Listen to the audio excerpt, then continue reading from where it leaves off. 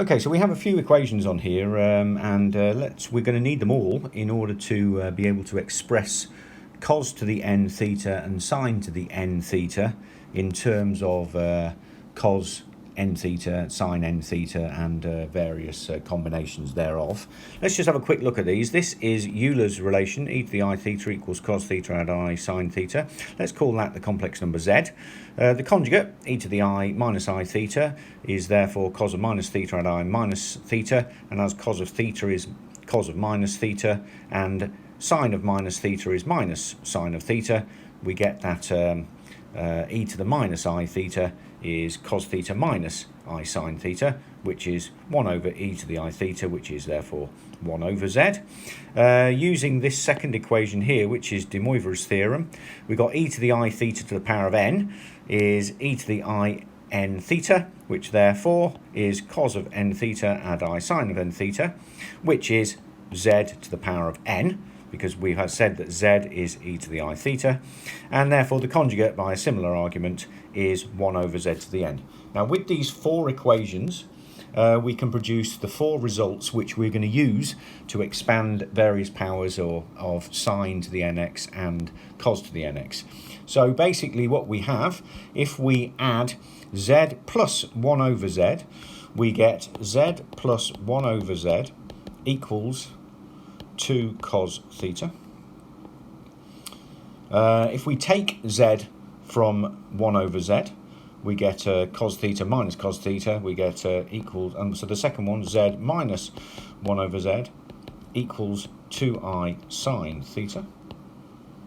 The third equation, if we take this equation here, and if we add these two equations here, we get z to the n add 1 over z to the n equals 2 cos n theta. And finally, the fourth equation, by doing exactly the same but taking away, we get z to the n minus 1 over z to the n equals 2i sine n theta.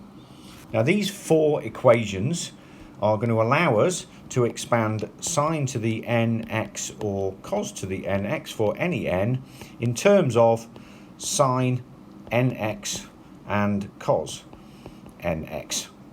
So the easiest way to continue here is just to do an example. So let's try and expand sine to the power of 5 of theta, and we're going to use these four equations. So let's call these equations equation 1, equation 2, equation 3, and equation 4. Okay, and so what we're going to do is we're going to first of all expand sine to the 5 of theta. Sorry, not x. Sine to the 5 of theta. Okay, so using equation number 2, we have that 2i sine theta equals z minus 1 over z.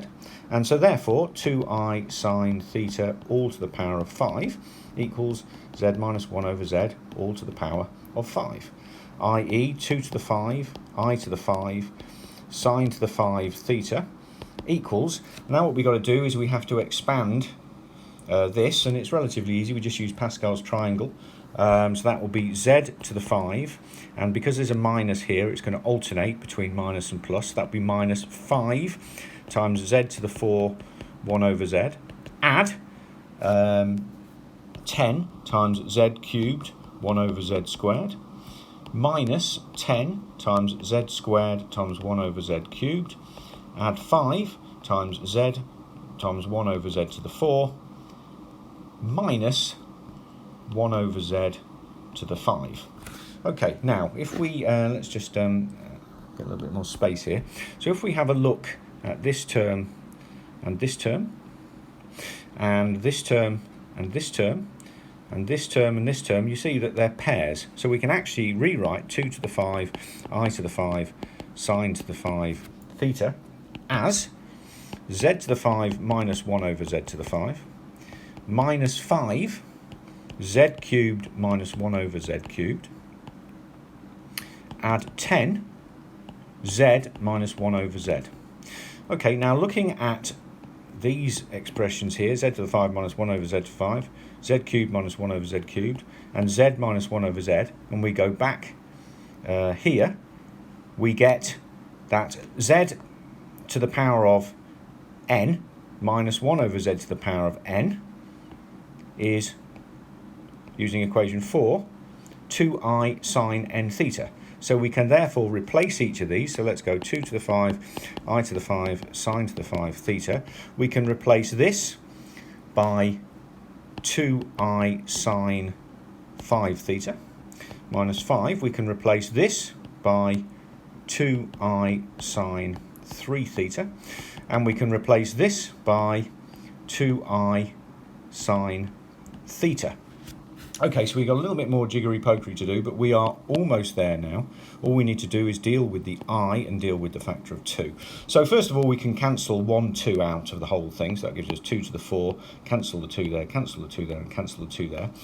I to the power of 5 is the same as I to the power of 1. So we can get rid of the 5, power of 5 there. And so we're left with, we can then cancel the I out everywhere as well. And that leaves us with, and then just move the 2 to the power of 4 over to the other side, and that leaves us with our answer, which is sine to the power of 5 theta equals 1 over 2 to the power of 4, sine 5 theta minus 5 sine 3 theta, add 10 sine of theta. So that is sine 5 theta expressed in terms of sine 5 theta, sine 3 theta, and sine theta. Okay, so let's do another one. Let's do it with cos this time. So let's do, how about cos to the 6 theta? So we want to do cos to the power of 6 theta. So we need to go right back up to which equation? We need to go back up to equation 1. 2 cos theta is z plus 1 over z. So basically, let's have a look at 2 cos theta equals z plus 1 over z. So therefore, 2 to the power of 6 cos to the power of 6 theta is z plus 1 over z to the power of 6. Okay, and now it's relatively similar to what we did with the sine. So that's 2 to the 6 cos to the 6 theta. We now need to expand this, again using Pascal's triangle. So that will be z to the 6, add 6z to the 5. Now this time the sign won't alternate because that's a plus. So everything we know everything will be a plus. So that's 6z to the 5 times 1 over z. Add 15z to the 4, and it's certainly useful to know your Pascal's triangle when we're doing all of these expansions. And just to briefly, so that's 1, 1, 1, 1, 2, 1, 1, 3, 3, 1, 1, 4, 6, 4, 1, 1, 5, 10, 5, 10, 5, 1, and 1, 6, 15, 20, 15, 6, and 1. This, when you know these, you can literally just use them to see your coefficients in the expansions, and that's what we did for the sine to the power of 5, and this is the one we're using for the cos to the power of 6. So you can see it's just Pascal's coefficients here. So anyway, carrying on, so that's 15z to the power of 4 times 1 over z squared. Where are we? So add 20z to the power of 3 times 1 over z cubed. Add 15z squared times 1 over z to the power of 4. Add 6z times 1 over z to the power of 5. Sorry, I don't have to carry on down here. Add 1 over z to the power of 6. Okay, now I've messed up here with the Pascal's triangle, so let's just ignore Pascal's triangle for a second. So now we've got, bringing this equation down here, we've got 2 to the 6 cos to the 6 theta equals, and again, what we can do is we just group the various terms, and we will find that we go, so we've got z to 6 add 1 over z to the 6 plus 6z to the 4 add 1 over z to the 4, add 15z squared add 1 over z squared, and then we've got this term just on its own, add 20. Okay, so we're nearly there. Now we can replace z to the n plus 1 over z to the n, going all the way back to our equations.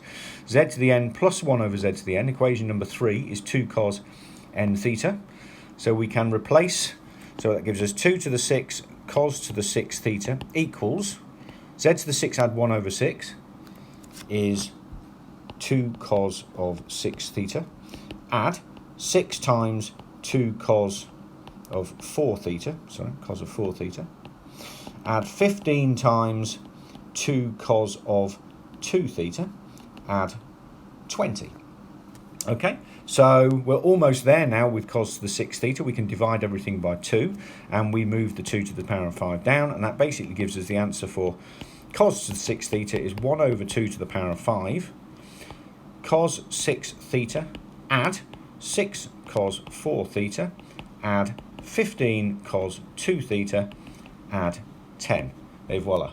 So in actual fact, converting powers of cos and sine using de Moivre's theorem and Euler's relation and these 4 equations here is actually relatively simple.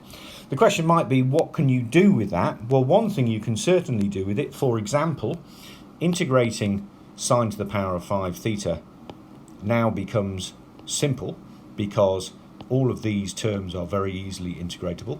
Ditto, cos to the power of 6 theta, integrating cos to the power of 6 is very easy because, again, all of the terms are now very easily